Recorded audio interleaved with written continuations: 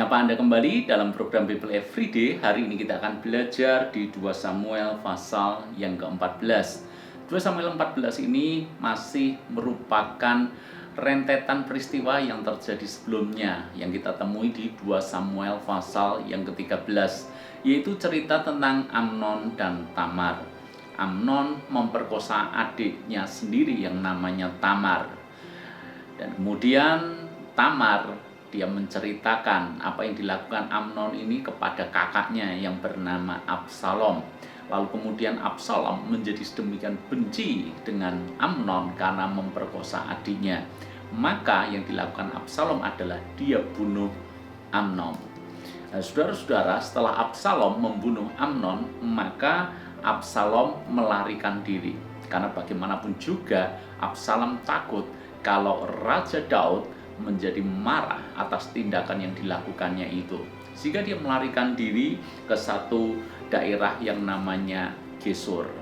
Di 2 Samuel pasal yang ke-14 ini, ayat yang pertama, mari kita coba lihat apa yang terjadi dengan Daud ketika melihat anaknya saling membunuh, anaknya memperkosa adiknya sendiri, dan seterusnya. Kita lihat ayat yang pertama dari 2 Samuel pasal yang ke-14. Ketika Yoab anak Seruya mengetahui bahwa hati raja merindukan Absalom, kita berhenti sampai di ayat ini dulu. Jadi jelas-jelas Daud itu merindukan Absalom. Seburuk apapun yang dilakukan Absalom kepada Amnon, bahkan Absalom telah membunuh Amnon, tapi bagaimanapun juga hati seorang bapa, dia merindukan anaknya. Demikian juga Raja Daud merindukan Absalom. Daud merindukan bahwa Absalom mungkin bisa berkumpul, bisa datang kembali, dan seterusnya. Lalu kemudian melalui akal daripada Yoab mengatur cara sedemikian rupa sehingga mau tidak mau bahwa Daud mengizinkan Absalom itu pulang ke Israel. Saudara-saudara, ketika Absalom pulang ke Israel, apa yang terjadi? Coba kita baca ayat yang ke-24. Jadi Yoab mengatur sedemikian rupa sehingga Absalom bisa pulang ke Israel tanpa merasa takut Daud akan menghukum dia. Nah, sekarang coba lihat ayat yang ke-24. Tetapi berkatalah raja, ia harus pergi ke rumahnya sendiri, jangan ia datang ke hadapanku. Jadi pergilah Absalom ke rumahnya sendiri dan tidak datang ke hadapan raja. Yoab mencoba memediasi masalah antara Daud dan Absalom. Lalu kemudian dengan cara tertentu akhirnya Daud mengizinkan Absalom pulang ke Israel. Tetapi yang mengherankan adalah Daud berkata seperti ini, Absalom boleh pulang ke Israel, hanya saja dia harus pulang ke rumahnya sendiri. Jangan ia datang ke hadapanku. Jadi dengan kata lain, Daud melarang Absalom menjumpainya. Daud melarang Absalom masuk ke istananya. Jadi menurut saya ini merupakan rekonsiliasi yang tanggung. Ini merupakan pemulihan hubungan yang setengah-setengah. Di satu sisi Daud merindukan Absalom, tapi di sisi lain dia tidak ingin bahwa Absalom kembali datang kepadanya dan tinggal bersamanya di istana raja. Dia memaafkan, tapi maafnya setengah hati. Dia ingin rekonsiliasi, tapi rekonsiliasinya pun tidak penuh, alias tanggung.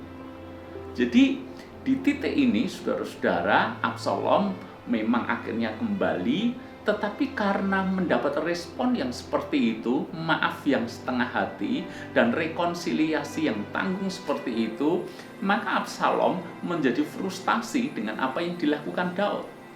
Bahkan kalau kita membaca di ayat yang ke-32, setelah didiamkan Daud, setelah sepertinya boleh pulang ke Israel, tapi tidak boleh menjumpai Daud yang adalah ayahnya sendiri, tidak boleh masuk di wilayah istana raja. Ayat yang ke-32.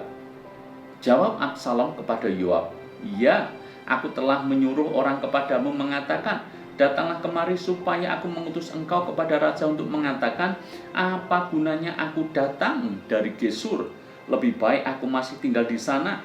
Maka sekarang aku mau datang ke hadapan raja. Jika aku bersalah, biarlah ia menghukum aku mati." Absalom berkata kepada Yoab yang memediasi antara dia dan Daud. Absalom berkata seperti ini, "Untuk apa aku datang dari negeri Gesur?" Jadi Gesur ini adalah tempat pelarian Absalom. Kalau aku datang di sini tidak disambut dengan baik, tidak dimaafkan, tidak diampuni sepenuhnya. Jadi buat Absalom, perlakuan Daud ini juga membingungkan.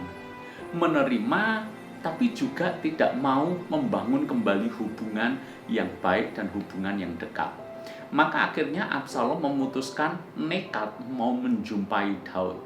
Sehingga kalaupun dia harus dihukum mati, ya biarlah dia dihukum mati. Tetapi di titik ini kita melihat bahwa ini mungkin bisa menjadi benih akar pahit dari dalam diri Absalom kepada Daud. Sehingga kalau kita baca pasal-pasal selanjutnya, Absalom kemudian melakukan kudeta terhadap kerajaan ayahnya sendiri, yaitu Daud. Absalom melakukan persepakatan gelap untuk menggulingkan tahta kerajaan ayahnya sendiri. Bisa jadi itu diawali dari respon Daud yang kurang tepat ketika menyambut Absalom. Maaf tapi setengah hati, pengampunan tapi tidak total. Ya, saudara-saudara, apa yang kita bisa pelajari di kisah pasal yang ke-14 ini tentang Daud dan Absalom? Setiap orang kita pasti mengalami yang namanya gesekan. Bisa saja kita mengalami perselisihan. Bahkan dengan orang yang terdekat sekalipun, pasti satu saat atau pasti hal yang seperti itu bisa saja terjadi. Yang menjadi pemikiran adalah bukan bagaimana kita menghindari perselisihan itu. Sebab gesekan itu hampir mustahil dihindari. Semakin kita dekat dengan seseorang, baik itu pasangan kita, anak, orang tua, mertua, menantu, keluarga, saudara, sahabat, orang-orang terdekat, maka yang namanya gesekan itu sangat mungkin terjadi. Dan kalau gesekan itu terjadi, maka maaf, pengampunan, rekonsiliasi adalah solusi terbaik untuk menjaga hubungan tetap sehat, untuk memulihkan sebuah hubungan. Masalahnya adalah maaf harus dilakukan secara sungguh-sungguh. Pengampunan pun tidak setengah hati. Apalagi ketika kita melakukan rekonsiliasi, seharusnya tidak boleh hanya sekedar basa-basi. Maaf, tapi tidak membangun dan memulihkan hubungan itu. Maka kalau maaf tapi setengah hati, pengampunan juga tanggung, maka yang seperti ini sesungguhnya seperti menebang pohon, sepertinya membersihkan pohon di bagian atas, tapi akarnya tidak dicabut. Maka satu kali bisa tumbuh, meledak, dan rusak kembali hubungan itu. Itulah yang terjadi antara Absalom dan Daud. Saya berharap ibu bapak saudara semuanya, jika kita rindu hubungan kita dipulihkan, jika kita rindu melakukan rekonsiliasi, bahkan ketika hati kita terbuka untuk memberi maaf, maka lakukanlah dengan sepenuh hati. Jangan setengah-setengah, jangan tanggung, jangan mengampuni, tapi pakai syarat ini, pakai syarat itu, dan seterusnya. Mari kita belajar dari hal ini supaya hubungan kita menjadi berkualitas, sekalipun gesekan, perselisihan mungkin saja terjadi. Tuhan memberkati.